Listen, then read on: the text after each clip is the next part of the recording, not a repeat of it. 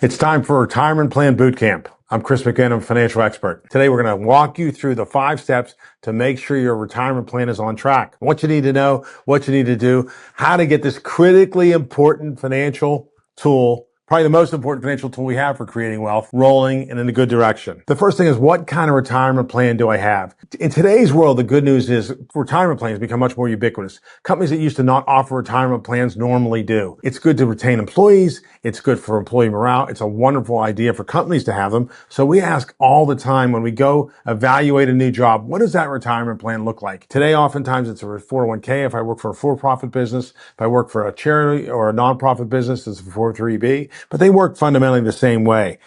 We put away money pre-tax.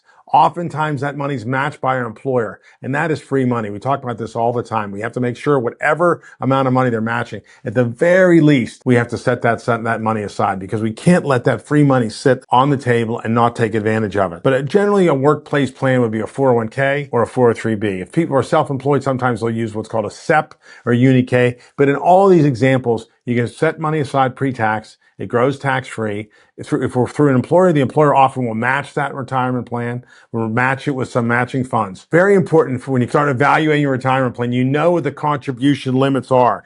For 401ks, 403bs, it's around $24,500. So there's a lot of money we can set aside there. So on a percentage basis, we want to set aside as much as we can afford to set aside. We normally tell folks that we want them to set aside at least 8% of their income if possible, particularly when we're starting in a new job.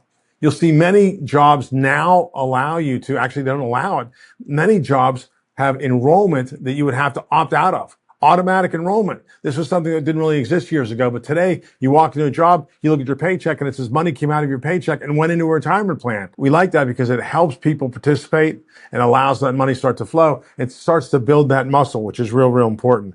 Again, the Roth is probably the most important nuance that's changed in the last few years, where many more plans allow for a Roth. We like the idea, again, of 30% of the money being in a Roth, and that the contribution limits are the same whether you're doing Roth or traditional. Now, it's important if you're retired or getting close to retirement, we're in our 50s, that we have a catch-up feature, and we take advantage of that catch-up feature. Hopefully by this time, maybe educations are taken care of, homes are purchased, and we have a little bit of, and we're also in our peak earning years, and hopefully we're in a place now where we can say, I can save more money pre-tax. We like the fact that you can do a catch-up on your retirement plan, so you can add an extra $8,000 to workplace plans, which is wonderful. In IRAs, you can put another $1,100 away. So in either way, whether you're funding your IRA or the workplace plan, an extra $8,000.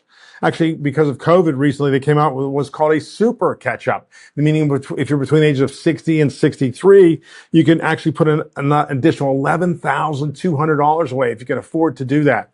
Many times we're seeing people say, I have to work till I'm 75. But wait a second, if I have this extra money and I can put it in the catch-up, actually the super catch-up portion from 60 to 63, that allows me to take years off of my working goals. And we find many people will still want to continue working beyond age 65, 67, normal age 67 now, just because they enjoy working, and people certainly are living longer. But we think it's really important to know, you got to know what those limits are, those maxes are, and get as close to them as we can. And each year as we get our pay increases, hopefully, we're taking a portion of those pay increases, at least 50%, and getting us to a higher savings goal, because oftentimes that money hasn't been allocated in our plan now. We got to understand the key concepts for beginners. The concepts are simple. The earlier we start, the more we accumulate. The more we accumulate, the sooner we can retire, because we have to plan for inflation. We have to know that if we need $5,000 a month to live today, in retirement, likely we're going to need probably $12,000 a month. We need to assume that we're going to save that money, and we need to assume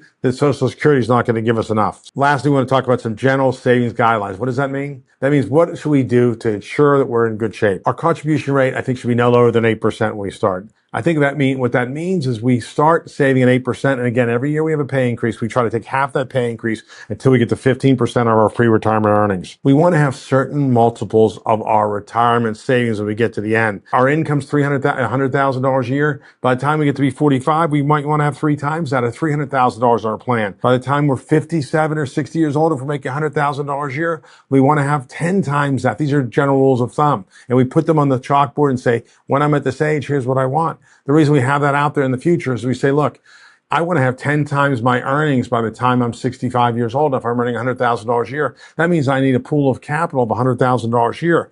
Often people feel that that's an impossible goal starting out.